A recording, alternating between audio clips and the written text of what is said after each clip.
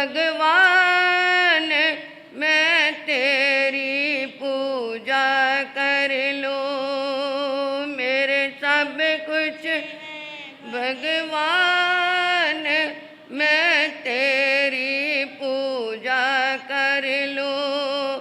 शरदा के फूल चढ़ाऊं, बावों का भोग लगाऊं। शरदा के फूल चढ़ाऊं, बावों का भोग लगाऊं। और भक्ति के पकवान मैं तेरी पूजा कर लूं। और भक्ति के पकवान मैं तेरी पूजा कर लूं। मेरे सब कुछ है भगवान मैं तेरी पूजा कर लूं। आत्म फूल रतन गुरुवे नमः। परम श्रद्धा परम आराध्या परम पूजनीय तपाचार्या परमात्म स्वरूपा गुरनी मैया के पावन पुनीत चरणार विंदों में हृदय की अनंत अनंत आस्था के साथ अनंत अनंत वंदन समर्पित हूँ। आत्म दरबार में आई भव्य आत्माओं का हार्दिक भव्य अभिनंदन। धर्म का उपदेश देते हुए प्रभु महावीर का राजगृही में पदार्पण हो गया। जियो और जीने दो का संदेश उनका बहुत ऊंचे स्तर पर पहुंच गया। कई अबोध प्राणियों ने प्रभु की वाणी सुनी और चरणों की सेवा ले ली।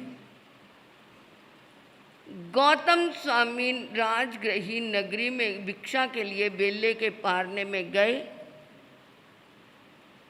वापस आए और प्रभु के चरणों में निवेदन किया, प्रभु नगरी में जो अन्य तीर्थक हैं, यानी जो पर परिवादी हैं, जो धर्म को नहीं मानते या अन्य धर्मों को स्वीकार करते हैं, चर्चा हो रही है कि कितना भी बड़ा गुरु आ जाए, किसी के इस राजगृही नगरी के किसी भी जीव के दुख सुख को बाहर नहीं निकाल सकता। प्रभु क्या ये अर्थ सही है कि राजगृही नगरी के लिए जो अन्य तीर्थक हैं वो ये बोल रहे हैं? प्रभु ने कहा, गौतम 9 अट्ठे समट्ठे ये भगवती शास्त्र का वर्णन है, ये अर्थ स्पष्ट नहीं है। प्रभु कैसे? अरे इस नगरी क्या, राजगृही नगरी क्या, इस पूरे विश्व के किसी भी प्राणी को, चाहे वो नरक में है, चाहे त्रियंच में है, चाहे देवगति में है, चाहे वो मनुष्य गति में है, अकेंद्रिय बेंद्रिय त्रिंद्रिय चुरिंद्रिय, वो क्या है, पचिंद्रिय है, त्रियंच पचिंद्रिय है, किसी भी जीव के यानी 84 लाख जीवा योनि के जीवों के कोई भी किसी के दुख सुख को व्यक्त करके उसको दूर करने में कोई भी समर्थ नहीं है। प्रभु वो कैसे? क्योंकि गौतम स्वामी जबकि 4 ज्ञान के धारी थे, उन्हें सब मालूम हो सकता था, परंतु फिर भी वो अपने प्रभु का, अपने गुरु का सम्मान रखने के लिए हमेशा उन्हीं से अपनी जिज्ञासा शांत करते थे। उन्होंने कहा, सुनो गौतम, एक महारिद्धिवान देव, उसके हाथ में एक क्या है, सुगंध की पिटारी है, यानी एक डिब्बा है जिसमें इत्र भरा हुआ है, सुगंध भरी हुई है। और वो देव उस सुगंध की पिटारी का दरवाज़ा यानी ढक्कन खोल दे और वो कहे, ले मैं चला, और वो 3 चुटकी बजाए, कोई भी 3 चुटकी बजाए, इतने में वो इस पूरे जम्बू द्वीप के जो 1,00,000 योजन का जम्बू द्वीप है उसके 21 चक्कर कितने समय में? 3 चुटकी में, यानी 1 चुटकी में 7 चक्कर। 21 चक्कर पूरे लगा दे और वो 21 चक्रों में वो जो उसके हाथ में डिब्बा है सुगंध का, उसके परमाणु पूरे क्या फैल गए? कहाँ तक फैले? कहाँ तक फैले? उसने पूरे जम्बूद्वीप का चक्कर लगाया तो पूरे जम्बूद्वीप में ही फैल गए ना। क्या वो उन सुगंध के जो परमाणु है, जो कण है, कोई व्यक्ति उसको इकट्ठा करके दोबारा उस डिब्बे में पा सकता है? डाल सकता है? नहीं डाल सकता ना। जैसे वो महारिद्धिवान देव के हाथ में पकड़े डिब्बे के सुगंध के परमाणुओं को, उनके कणों को, वो बिखर गए हैं पूरे जम्बूद्वीप में, उनको कोई इकट्ठा नहीं कर सकता, मैं भी नहीं कर सकता, क्योंकि वो क्या है? जबकि उन सुगंध के परमाणुओं में क्या है? सुगंध भी है, उनका रूप भी है, उनकी गंध भी है, उसका रस भी है, उसका स्पर्श भी है, फिर भी उसको क्या नहीं कर सकते? इकट्ठा नहीं कर सकते। तो जो दुख सुख है उनका तो क्या है? कोई आकार प्रकार है ही नहीं, वो तो अनुभूति गम्य है, अनुभव किया जा सकता है। किसी के सिर में दर्द है, वो दर्द दिखा सकता है? कोई दर्द दिखा सकता है? वो केवल क्या है? अनुभूति गम्य है, जिसको हो रही है वही अनुभव कर सकता है। या किसी के कभी दर्द हुआ होगा, वो ये जान सकता है हाँ ये दर्द क्या होती है, बड़ी पीड़ादायक होती है, ऐसी दर्द होती है। ये केवल क्या है? अनुभव गम्य है। तो जब हम क्या है किसी का दर्द अनुभव केवल वो ही कर सकता है, तो दुख सुख को बाहर निकाल के उसको काट कैसे सकता है? ये दवाई वगैरह भी जो लेते हैं ना, ये क्या है? ये दर्द दबता है। हमारी दिमाग की जो नसें हैं ना, वो सो जाती हैं उस दवाई के प्रभाव से। उनको क्या हो जाता है? एक सुला दिया जाता है और उसकी फीलिंग होती है, एक तो संतुष्टि होती है मैंने दवाई खा ली, और दूसरी ये क्या होती है, उन नसों के अंदर क्या आ जाती है, वो उसको क्या कर देते हैं? सुला देते हैं। तो जिसके कारण वो दर्द क्या लगता है कि मेरी दर्द क्या हो गई? खत्म हो गई। कर्मों की दर्द को कोई भी खत्म कर सकता है? किसी के कर्मों को कोई नहीं बदल सकता। केवल बदल सकता है तो इंसान तेरे अपने कर्म ही उसको क्या कर सकते हैं? बदल सकते हैं। उपासक दशांग शास्त्र में वर्णन आता है, प्रभु महावीर के चरणों में समोसरण लगा हुआ है, सभी अपने अपने प्रश्न रख रही हैं। एक 8 साल की बालिका, कितने साल की? 8 साल की। ये बालिका कितने 8-8 साल की होंगी? 8 साल के हैं कोई? कितनी छोटी हैं ये 8-8 साल की? और ऐसी कोई बालिका, इनसे कोई प्रश्न पूछो नहीं पता चलेगा। उस 8 साल की बालिका ने, अबोध बालिका ने आकर के कितना दार्शनिक प्रश्न प्रभु से किया। प्रभु, आज आपने परिग्रह और अपरिग्रह के ऊपर क्या है संदेश दिया कि परिग्रही जीव मर कर के क्या है नरक में जाता है और अपरिग्रही उससे बाहर निकलता है। तो प्रभु, मेरे पास धन के नाम से तो कुछ नहीं है, क्योंकि माँ बाप ही मेरे को क्या है सब कुछ देते हैं, परंतु मेरे पास जो मेरी सांसें हैं, मेरे श्वास जो है, मेरी आँखों के अंदर जो देखने की शक्ति है, जिसके कारण मैं सबको देख रही हूँ, आपके सामने मैं बोल रही हूँ, ये मेरी वचन के पुद्गल जो है, ये मेरी स्पर्श की शक्ति जो है, ये मेरे चलने की शक्ति जो है, मेरी सुनने की शक्ति जो है, ये सभी मेरे लिए क्या है? परिग्रही है ना। क्योंकि मुझे क्या है, इन आँखों से क्या है मुझे देखना है, तो मैं क्या है इनका ध्यान रखती हूँ, अपनी श्वास का ध्यान रखती हूँ कि मैं बीमार ना हो जाऊँ। तो ये भी मेरी क्या है, एक 8 साल की बालिका सुन कर के मुझे भी क्या है लगता है कि आजकल के 8 साल के बच्चे तो क्या कहेंगे, मम्मा ये इस किस्म की मुझे चॉकलेट चाहिए, इस किस्म की मुझे ये ड्रेस चाहिए। उनके अंदर ये जिज्ञासा तो हो जाएगी, परंतु ऐसी जिज्ञासा है? आपके घर में कोई बच्चा ऐसा है? ये किसके कारण? ये जब बच्चा गर्भ में आया या उससे पहले का कोई संस्कार उसका धर्म का जुड़ा हुआ है, जिसके कारण उसके अंदर ये ऐसी गंभीर प्रश्न की जिज्ञासा आई। प्रभु ने कहा, हे देवानुप्रिय,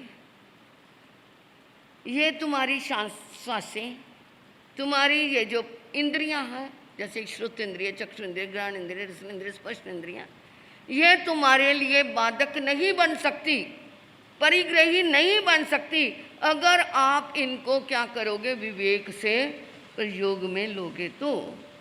ये श्वास के अंदर जो आता जाता श्वास है, इसके अंदर तुम किसी का भला सोचो कि मैं जब तक जीऊँगा मैं किसी का क्या करूँगा, भला करूँगा। उस श्वास श्वास में प्रभु सिमर, वृथा श्वास मत खो, ना जाने इस श्वास का आना हो या ना हो। ये क्या है, इस श्वास श्वास में अंदर जाए तो प्रभु का याद करो, बाहर निकले तो प्रभु को याद करो। और अगर वो क्या है, खाली समय तो ऐसा कर सकते हैं, परंतु चलते फिरते काम करते सोते जागते तो क्या है, ध्यान इतना नहीं आता ना। तो उस समय क्या सोचो, ये मेरा श्वास जब तक मैं चल रहा हूँ, किसी का मेरे थ्रू क्या हो जाए, अच्छा काम हो जाए, भला हो जाए, जब तक जीऊँ हंस हंस जीऊँ और दूसरों के काम में आऊँ। ये बात सुनी, इन आँखों से किसी की सेवा करो, इन आँखों से किसी के गुण देखो, अपने गुरु के दर्शन करो, इन आँखों से किसी की बुराई ना देखो। जब इन आँखों ने किसी के अंदर बुराई देखनी शुरू कर दी, समझ लो उसकी आत्मा का क्या होना शुरू हो गया, पतन होना शुरू हो गया। जो धार्मिक व्यक्ति को भी कह दे मैं तुम्हें धर्मात्मा नहीं मानता, तो वो मिथ्यात्वी जीव है। जीव को अजीव कहे तो मिथ्यात्व, धर्म को अधर्म कहे तो मिथ्यात्व, साधु को असाधु कहे तो मिथ्यात्व, संसार के मार्ग को मोक्ष का मार्ग कहे तो मिथ्यात्व, मोक्ष के मार्ग को संसार का मार्ग कहे तो मिथ्यात्व। और क्या है, कर्म सहित को कर्म रहित कहे तो मिथ्यात्व, कर्म रहित को कर्म सहित कहे तो मिथ्यात्व। कितने प्रकार का मिथ्यात्व हो गया है? 25 बोल का थोकड़ा आता है, उसमें क्या है, मिथ्यात्व के भेद 10 हैं। ये आप अपना आप पैमाना ले लेना कि हम कहाँ कौन से मिथ्यात्व में हैं।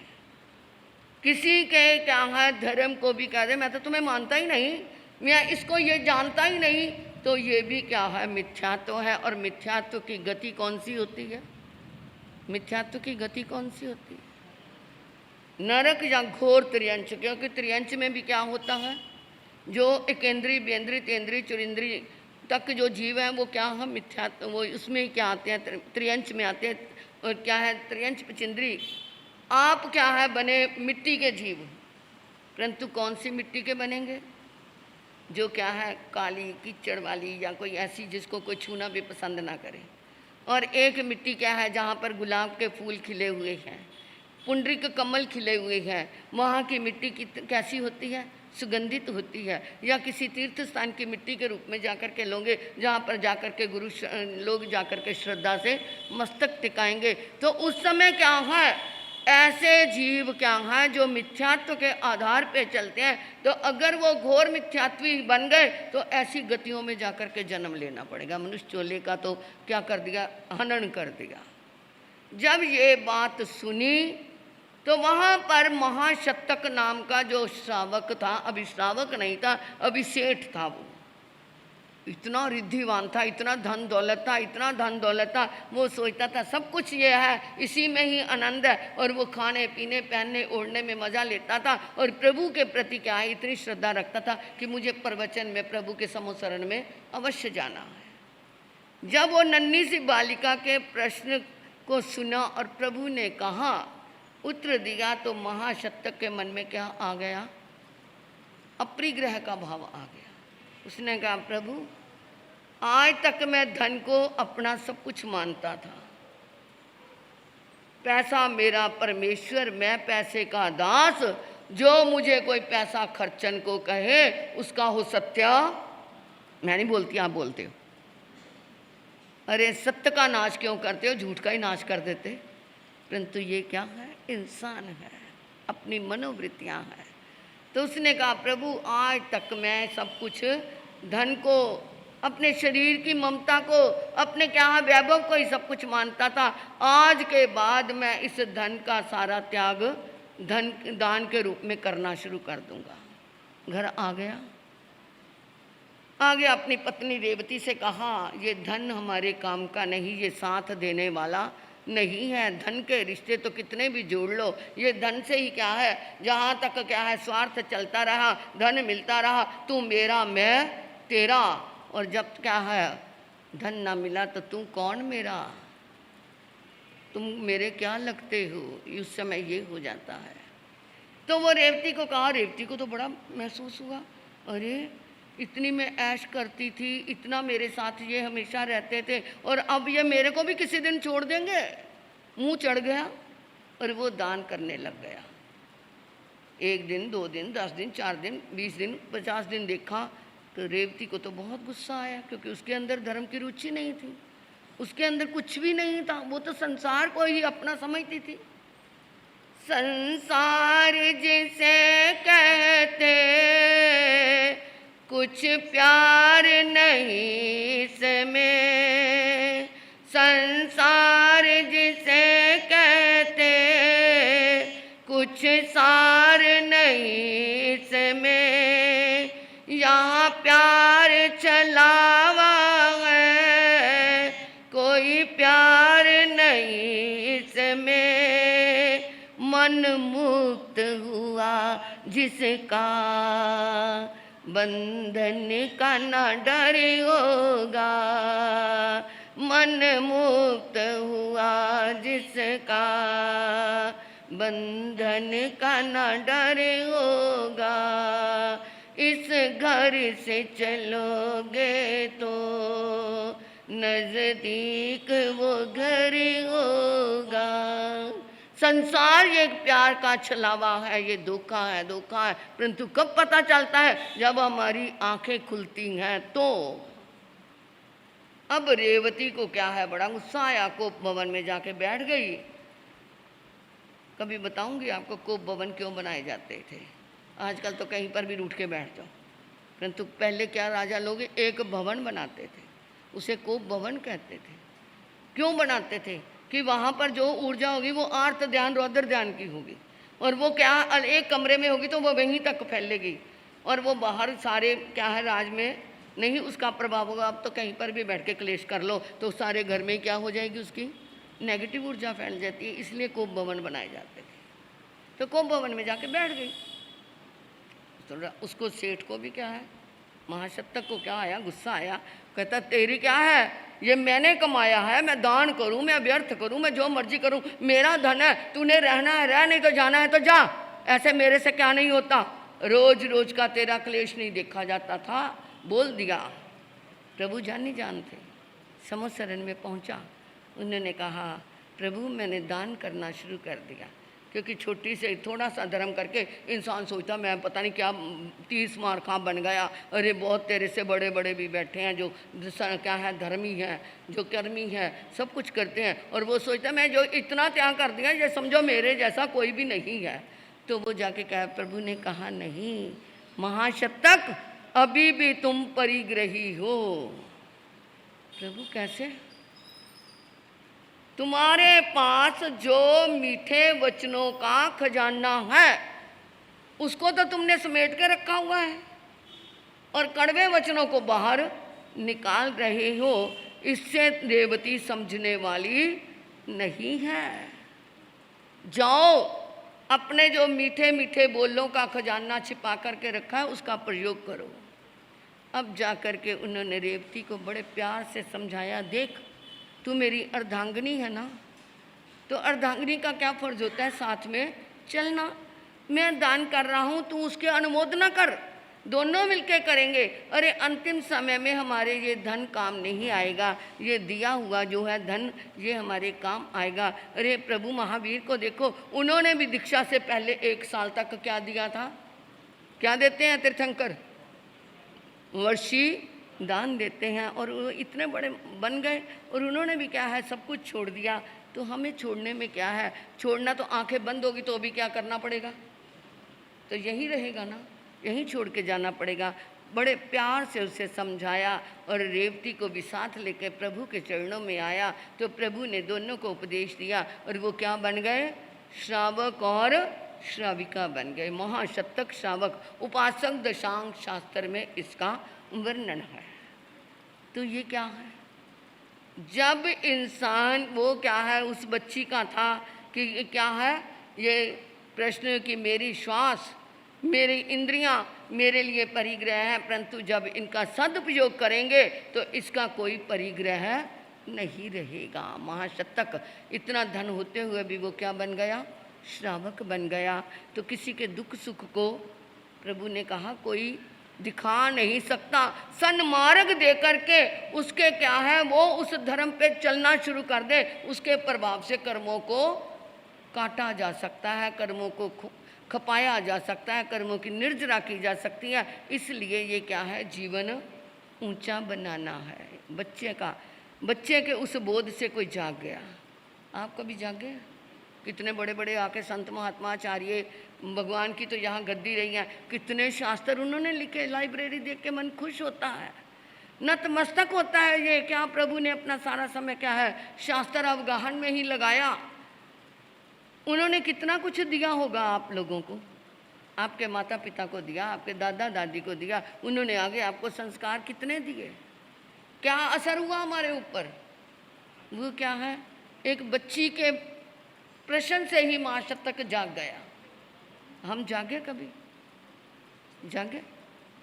अरे सोना नहीं, जागना है। निंदिया में गड़िया, निंदिया में गड़िया, निंदिया में गड़िया, निंदिया में गड़िया, निंदिया में गड़िया ना खोना, जीवन है थोड़ा। निंदिया में गड़िया ना जीवन है थोड़ा।